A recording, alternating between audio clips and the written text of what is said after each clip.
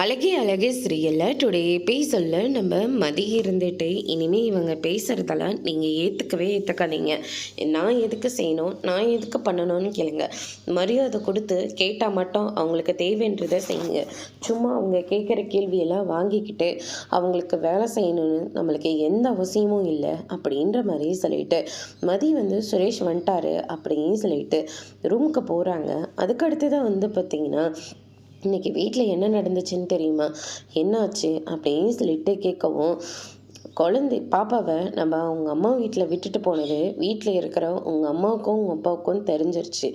அதுக்காக என்னெல்லாம் பேச்சை பேசினாங்கன்னு தெரியுமா உனக்கு அப்படின்னு சொல்லிட்டு நடந்த எல்லா விஷயத்தையும் சுரேஷ்கிட்ட சொல்லிகிட்டு இருக்காங்க.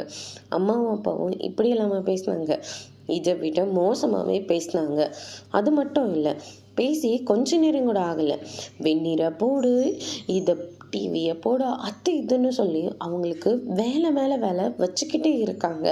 அவங்க செய்யலைன்னா செய்ய மாட்டியான்னு சொல்லி கேள்வி வேற கேட்குறாங்க. ஒருத்தர் என்ன மனநிலையில் இருக்கிறாங்க, எதுவுமே நீங்கள் யாருமே யோசிக்கவே மாட்டிங்களா? உங்களுக்கு தேவைன்றதை மட்டும்தான் நீங்களாம் செய்வீங்களா அப்படின்னு சொல்லிட்டு நம்ம மதியம் இருந்துட்டு நம்ம சுரேஷையும் விட்டு வைக்கல, பயங்கரமாக திட்டிக்கிட்டு இருக்காங்க.